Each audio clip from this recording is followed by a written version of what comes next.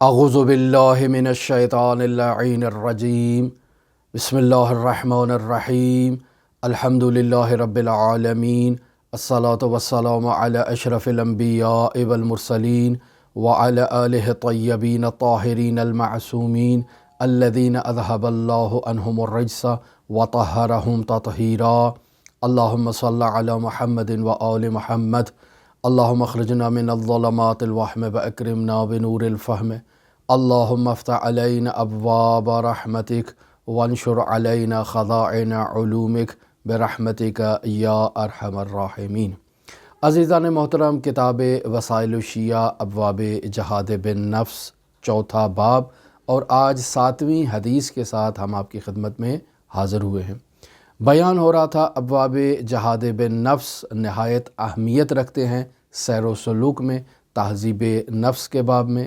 اگر ایک انسان چاہتا ہے خداوند متعال کی جانب سفر کرے، اگر ایک انسان چاہتا ہے کہ تہذیب نفس کے نتیجے میں وہ سعادت عظمیٰ کے مقام پر فائز ہو، تو ایسے انسان کے لیے یہ ضروری ہے کہ وہ ان اخلاقی احادیث کو مطالعہ کرے اور ان پر عمل کرے۔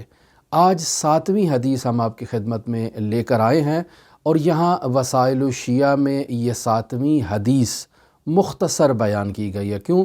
چونکہ ابواب جہاد بن نفس سے جو پیراگراف اس حدیث میں مفید تھا، صرف اسی کو مرحوم شیخ حریان ولی نے یہاں نقل کیا ہے۔ لیکن اگر آپ بحار الانوار میں ملاحظہ کریں یا اصول کافی میں ملاحظہ کریں تو یہ حدیث مکمل وہاں آپ کو مل جائے گی۔ ہم تبرکاً اس مکمل حدیث کو مطالعہ کرتے ہیں آپ کے سامنے، اور وہ جو پیراگراف ابواب جہاد بن نفس سے تعلق رکھتا ہے اس کی تشریح آپ کے سامنے بیان کریں گے۔ سب سے پہلے حدیث کے سلسلہ سند کو دیکھیں۔ ان عبدالعظیم بن عبداللہ الحسنی، یہی تہران میں جو شاہ عبدالعظیم حسنی کا مزار ہے، یہ وہی عبدالعظیم حسنی ہے جو اس روایت کو نقل کر رہے ہیں۔ کس سے نقل کر رہے ہیں؟ ان ابی جعفر الثانی علیہ السلام۔ عزیزان محترم، ہماری روایات میں جب ابی جعفر کا کلمہ استعمال ہوتا ہے تو اگر اس کے ساتھ قید لگائی جائے، یعنی ان ابی جعفر الاول یا ان ابی جعفر الثانی، تو یہ اول اور ثانی کی جب قید لگائی جاتی ہے تو یہاں اس قید کی طرف توجہ دینی چاہیے۔ اگر بطور مطلق استعمال کیا جائے ان ابی جعفر، تو یہاں امام محمد باقر علیہ السلام مراد ہوتے ہیں۔ ان ابی جعفر یعنی امام جعفر صادق علیہ السلام کے والد۔ اور اگر قید لگا دی جائے ان ابی جعفر الاول، تب بھی مراد امام محمد باقر ہوتے ہیں۔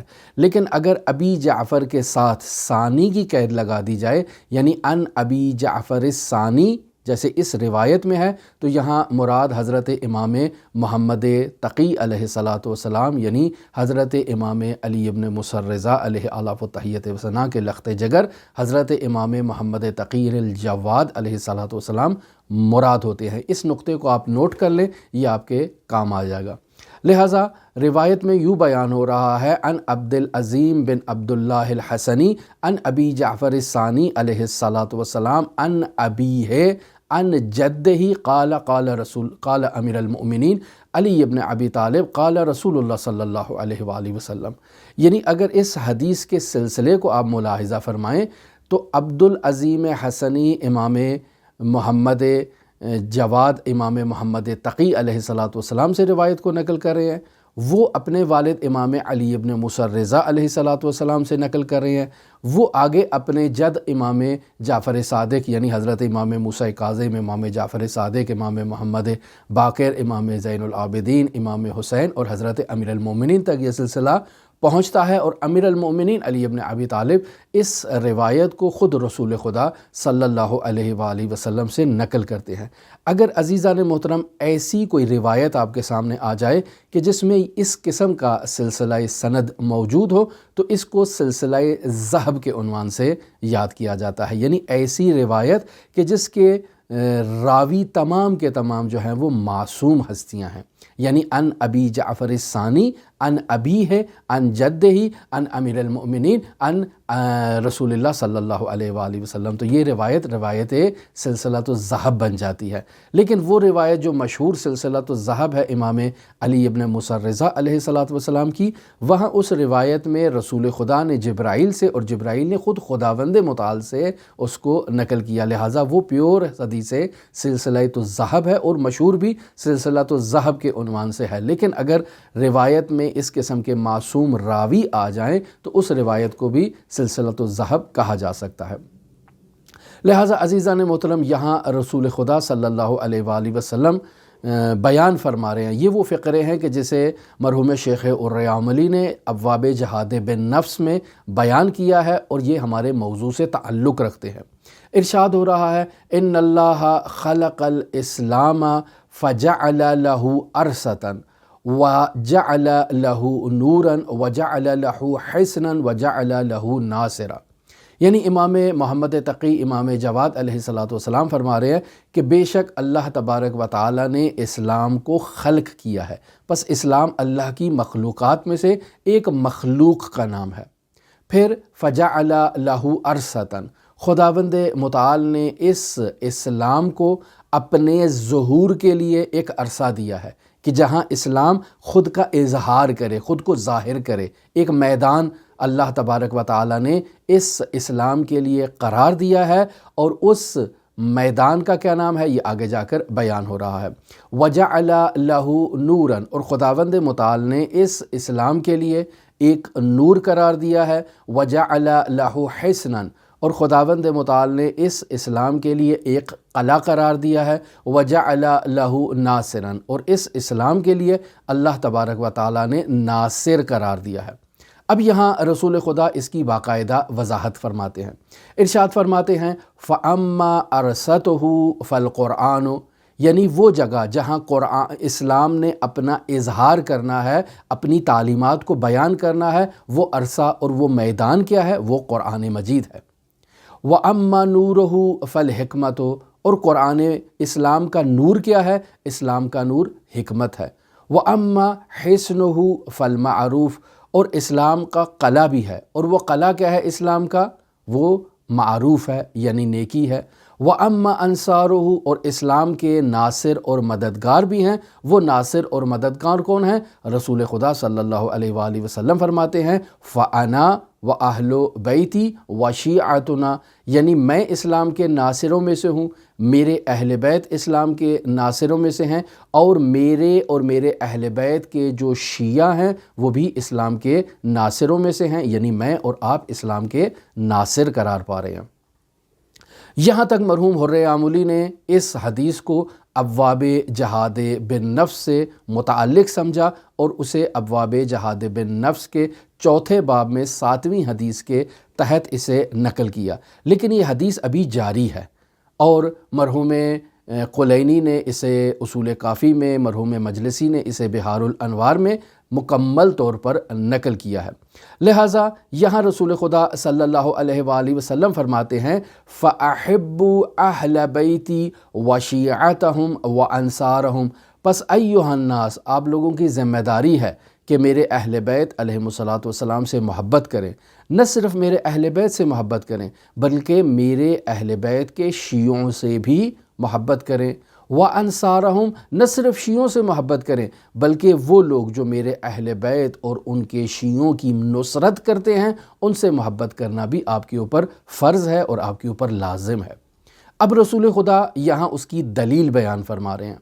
ارشاد فرماتے ہیں فَإِنَّهُ لَمَّا أُسْرِيَ بِي إِلَى السَّمَاءِ الدُّنْيَا، یعنی جب مجھے معراج پر اس دنیا کے آسمانوں کی سیر کروائی گئی.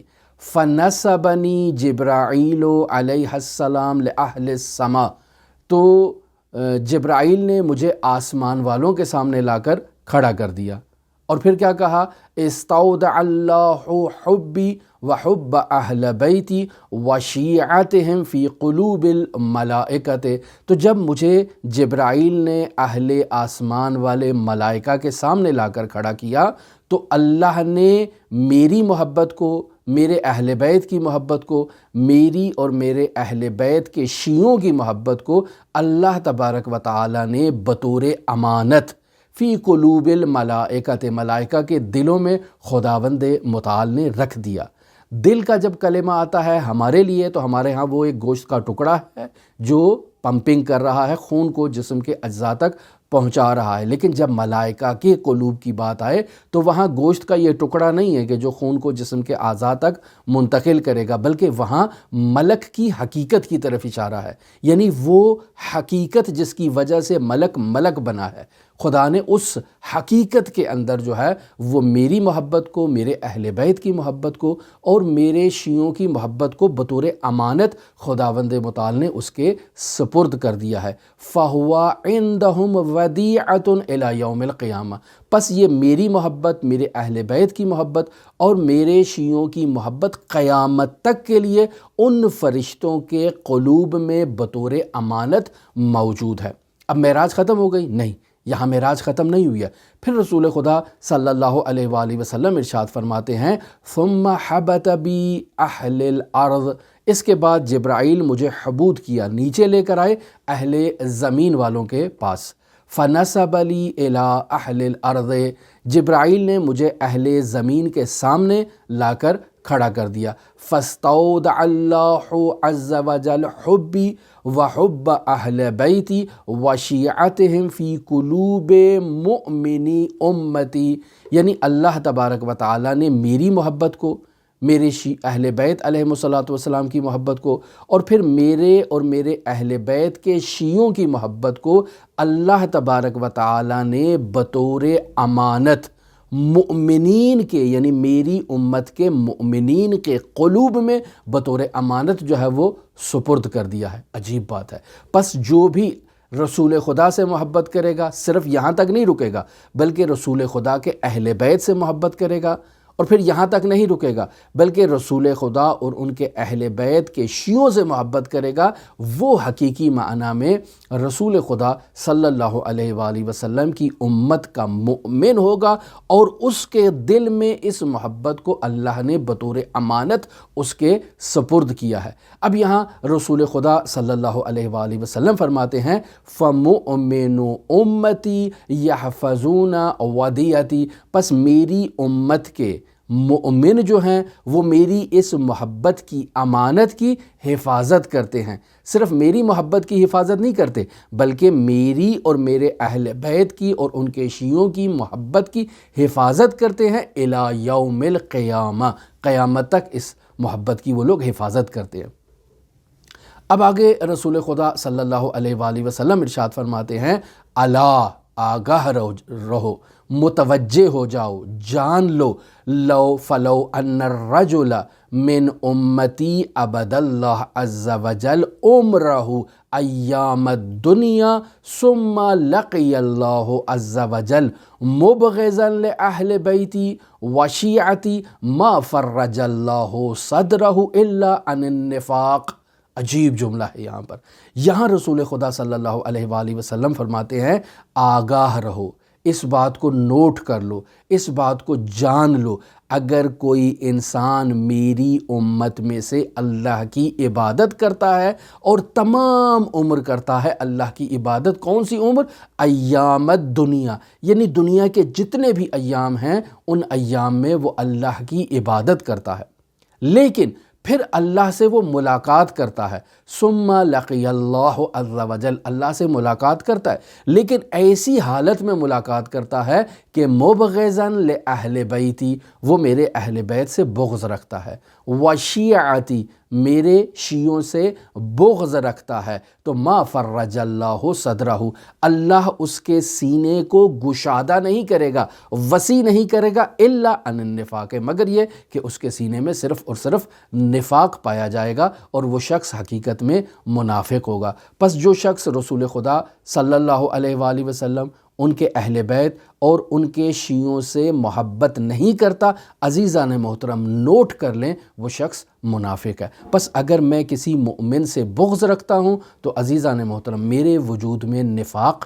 موجود ہے، مجھے اس کا علاج کروانا چاہیے۔ یہ وہ مکمل حدیث ہے کہ جسے باقاعدہ مرحوم قلینی نے، مرحوم مجلسی نے اسے نقل کیا ہے، اور یہ حدیث در واقع وہی ابواب جہاد بالنفس والی حدیث ہے جسے مرحوم قلینی نے، جسے مرحوم شیخ حر عاملی نے وہاں تقطیع کر کے یعنی مختصر کر کے اور اپنے مراد سے متعلق صرف وہاں پر درج کیا ہے۔ لہٰذا ہم اس اصل مطلب کی طرف آتے ہیں، یعنی اس حدیث کے اس فقرے کی طرف آتے ہیں جس کی وضاحت کرنا مقصود ہے، جو ابواب جہاد بالنفس سے تعلق رکھتی ہے۔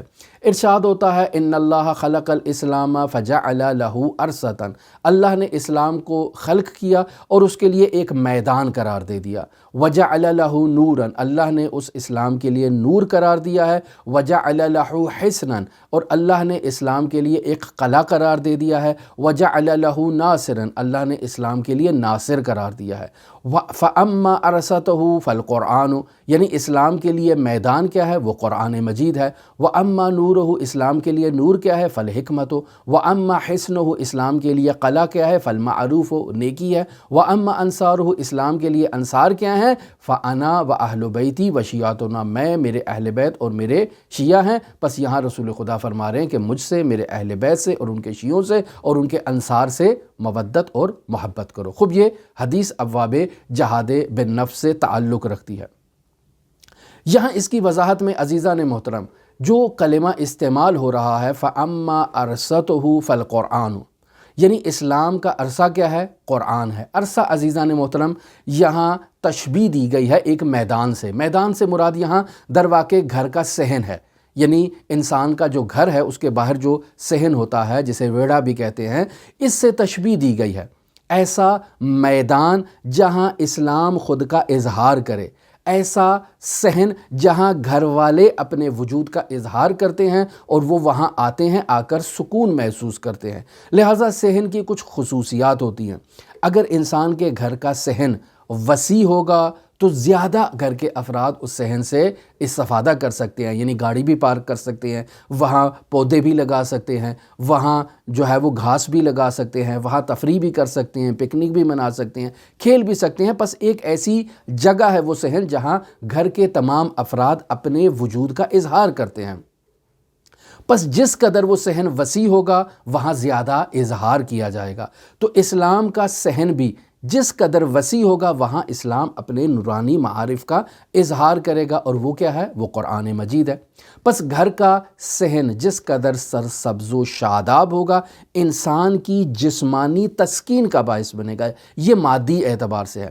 لیکن اگر معنوی اعتبار سے قرآن کا جو وجود ہے، یعنی جو حصن، جو صحن اسلام واقعہ ہو رہا ہے، اگر وہ سرسبز و شاداب ہوگا تو وہاں کبھی خزاں نہیں آئے گی۔ تو ایسا صحن کہ جو سرسبز و شاداب ہو اور دائمی طور پر سرسبز و شاداب ہو اور اسے ربیع القلوب کہا جائے، وہ قرآن مجید ہے جو دلوں کی بہار ہے۔ پھر صحن جس قدر وسیع ہوتا ہے، جس قدر سرسبز و شاداب ہوتا ہے، انسان اس سے مانوس ہو جاتا ہے، وہاں جا کر انسان کو جسمانی طور پر تسکین ملتی ہے۔ اسی طرح قرآن مجید کہ جو ایک عرصہ اسلام واقعہ ہو رہا ہے، جہاں اسلام اپنے وجود کا اظہار کر رہا ہے، جس قدر وسیع ہوگا، جس قدر ربیع القلوب کا مصداق ہوگا، وہاں مؤمنین کو تسکین ملے گی اس قرآن کی تلاوت سے، یعنی وہاں معنوی اعتبار سے مومن کو تسکین ملے گی۔ اب اگر صحن انسان کے گھر میں ہو تو انسان خوشحال ہوتا ہے، اور اگر گھر میں صحن نہ ہو تو انسان خوشحال نہیں ہوتا، انسان روحانی طور پر تسکین محسوس نہیں کرتا ہے۔ پس اسلام کے لیے ایک صحن کا، ایک عرصے کا ہونا ضروری ہے جو قرآن ہے، اور اگر یہ قرآن نہ ہو تو مؤمنین کے قلوب میں تسکین ایجاد نہیں ہوگی۔ یہ تشبیہات ہم آپ کی خدمت میں بیان کر رہے ہیں۔ اور جس قدر گھر کا صحن جو ہے وہ مادی اعتبار سے وسعت اختیار کرتا جائے، اسی طرح سے معنوی اعتبار سے بھی، وہاں فکری اعتبار سے بھی اس میں وسعت ہونی چاہیے۔ تو قرآن مجید وہ چیز ہے کہ جہاں وسعت ہی وسعت ہے، جہاں اسلام اپنے وجود کا اظہار کرتا ہے۔ پس پہلا جملہ کہ جو بیان ہوا فَأَمَّا أَرْسَتُهُ یعنی اسلام کا عرصہ کیا ہے، فالقرآن، وہ قرآن ہے جسے ربیع القلوب بھی کہا جاتا ہے۔ تو عزیزان محترم، قرآن مجید ہمیشہ مومن کے پاس ہونا چاہیے۔ مرحوم آیت اللہ بہجت بیان فرماتے تھے کہ ہمیشہ ایک چھوٹا قرآن اپنی جیب میں رکھا کرو اور اس قرآن مجید سے روزانہ 50 آیات قرآنی کی تلاوت کرو۔ ایک تو اس کا معنوی پہلو یہ ہے کہ انسان کے پاس ہمیشہ قرآن ہونا چاہیے۔ انسان جہاں اہل بیت سے متمسک ہو وہاں قرآن بھی اس کے پاس ہونا چاہیے اور قرآن سے بھی انسان متمسک ہو۔ دوسرا اس کا معنوی پہلو جو یہ ہے کہ انسان کے پاس اگر ہمیشہ قرآن موجود ہے تو اس قرآن کی برکت سے انسان آسیب سے محفوظ رہتا ہے، انسان آفات و بلیات سے محفوظ رہتا ہے، انسان بیماریوں سے محفوظ رہتا ہے۔ لہٰذا مرحوم آیت اللہ بہجت رحمۃ اللہ علیہ کے نصائح میں یہ بات موجود ہے کہ جب وہ کسی مریض کو تلقین کیا کرتے تھے، شفا یابی کے لیے کوئی وظیفہ دیتے تھے، تو فرماتے تھے کہ اس کے پاس ہمیشہ قرآن مجید رکھے تاکہ اس قرآن کی برکت سے، اس کے وجود سے اس مریض کے اوپر جو ہے وہ اثر ہو۔ قرآن کے خود وجود مادی بھی قرآن مجید کا اس قدر بابرکت ہے کہ اپنے اطراف کے ماحول کو پاکیزہ کر دیتا ہے، اور جو اطراف میں افراد بیمار بھی ہیں اس قرآن کی برکت سے انہیں فیضیاب ہوں گے اور خداوند متعال انہیں شفا عطا فرمائے گا۔ عزیزان محترم، آگے حدیث میں جو بیان ہو رہا ہے، حضرت امام محمد تقی علیہ السلام فرما رہے ہیں وَأَمَّا نُورُهُ فَالْحِكْمَةُ، اسلام کا نور کیا ہے؟ اسلام کا نور جو ہے وہ حکمت ہے۔ عزیزان محترم، انسان نور حکمت الہی سے اگر فیضیاب ہونا چاہتا ہے تو اسے باقاعدہ ایک خاص چیز پر توجہ کرنی چاہیے کہ یہ نور حکمت الہی ایک خاص قسم کی حکمت ہے، عام نہیں ہے۔ یہاں یعلمہم الکتاب والحکمہ، یعنی پہلے رسول خدا کا وظیفہ یعنی اللہ کے نبی کا وظیفہ یہ ہے کہ وہ انہیں کتاب کی تعلیم دے، والحکمہ، اور حکمت کی تعلیم دے۔ پس کتاب کی تعلیم کا مرحلہ حکمت کی تعلیم سے پہلے ہے۔ اب انسان یہاں اس نقطے کی طرف توجہ کرے کہ حکمت کہتے کسے ہیں۔ عزیزان محترم، حکمت ایسے پختہ، مضبوط اور علمی نکات کو کہا جاتا ہے کہ جو انسانی اعلیٰ اقدار کے حصول کے لیے مفید ہوتے ہیں۔ لہٰذا یہاں علماء حکمت کی تقسیمات بیان کرتے ہیں۔ ایک حکمت علمی ہے، ایک حکمت عملی ہے، اور ایک حکمت حقیقی ہے۔ حکمت علمی یعنی انسان اگر اعلیٰ مقام پر فائز ہونا چاہتا ہے تو اس کے لیے قرآنی معارف کو سیکھنا یہ نہایت ہی ضروری ہے، اور قرآنی معارف کو حکمت علمی سے تعبیر کیا گیا ہے۔ پھر حکمت عملی ہے، یعنی انسان اگر اعلیٰ مقام پر فائز ہونا چاہتا ہے تو قرآنی معارف کو سیکھنے کے بعد ان معارف پر عمل کرنا بھی ضروری ہے تاکہ انسان حکمت عملی سے سرشار ہو اور مزین ہو۔ اس سے کیا مراد ہے؟ اس سے مراد وہی ہے کہ جو فقہا باقاعدہ مراقبے میں مرحوم ملا حسین قلی حمدانی آیت اللہ بہجت یا مرحوم قاضی بیان کرتے ہیں کہ انسان واجبات پر عمل کرے، محرمات کو ترک کرے، پھر آگے کی سٹیج بیان کی جاتی ہے۔ پس انسان جو حکمت علمی اس نے قرآن سے اخذ کی ہے اس کے بعد حکمت عملی کو اپنائے، یعنی جو قرآن سے سیکھا ہے اس پر عمل کرے۔ اور تیسری چیز کیا ہے؟ حکمت حقیقی ہے، یعنی جو اس نے علم حاصل کیا قرآن سے اور اس علم پر عمل کیا تو اس علم کو اور عمل کو جمع کرنے کے نتیجے میں جو حکمت حقیقی ہے وہ انسان کو حاصل ہوتی ہے، جو نورانیت ہے۔ اور یہ وہ حکمت ہے کہ جو رسول خدا صلی اللہ علیہ وآلہ وسلم نے قرآن کی تعلیم کے بعد مومنین کو تعلیم دینی ہے، جو حقیقی عرفان ہے۔ پس جو شخص قرآن مجید کے معنوی میدان میں یعنی عرصے میں داخل ہوتا ہے اس کے لیے لازم ہے کہ وہ قرآنی علوم سے آگاہ ہو، اور پھر قرآنی علوم سے آگاہ ہونے کے بعد ان پر عمل کر کے جو ہے وہ حکمت حقیقی سے فیضیاب ہو جائے کہ جو نور قرآن ہے اور حقیقی نور قرآن ہے۔ پھر اس کے بعد وَأَمَّا حِسْنُهُ فَالْمَعْرُوفُ، یعنی قرآن اسلام کا ایک مضبوط قلعہ بھی ہے، ایسا مضبوط کہ جس میں اسلام استقرار پیدا کرتا ہے، جس میں اسلام ساکن ہو جاتا ہے، جس میں اسلام محفوظ ہو جاتا ہے ہر قسم کی غضن سے۔ وہ قلعہ کیا ہے؟ وہ نیکی ہے۔ یعنی اگر انسان معروف کرتا ہے، نیکی کرتا ہے، تو نیکی کرنے سے انسان کے قریب جو ہے وہ جنی اور انسی شیاطین جو ہیں وہ نہیں آتے، اور اس کا اسلام جو ہے وہ محفوظ ہوتا ہے۔ امر بالمعروف اور نہی عن المنکر جو ہے وہ حسن اسلام ہے، یعنی اسلام کی حفاظت کرنے والی وہ چیزیں ہیں جو اسلام کی حفاظت کرتی ہیں، اور ہر قسم کے آسیب سے، ہر قسم کی غضن سے، ہر قسم کی تحریف سے وہ اسلام کی حفاظت کرتی ہیں۔ اور آخری جملہ وَأَمَّا أَنصَارُهُ أَنَا وَأَهْلُ بَيْتِي وَشِيعَتُنَا، یعنی اسلام کے مددگار، اسلام کے سرباز، اسلام کے نصرت کرنے والے میں ہوں، میرے اہل بیت ہیں اور ہمارے شیعہ ہیں۔ پس اسلام کی اہم ترین برکت اور اہم ترین تعلیم جو ہے وہ محبت ہے رسول خدا صلی اللہ علیہ وآلہ وسلم سے، ان کے اہل بیت سے اور ان کے شیعوں سے۔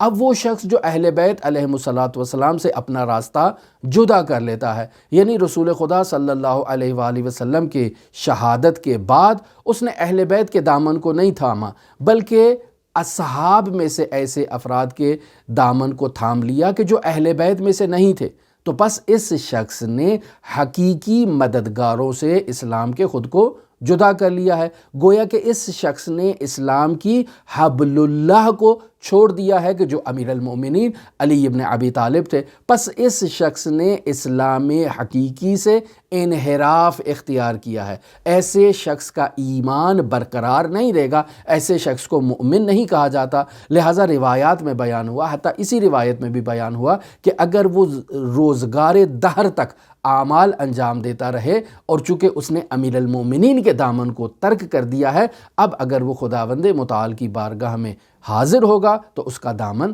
خالی ہوگا، کوئی عمل اس کے دامن میں موجود نہیں ہوگا۔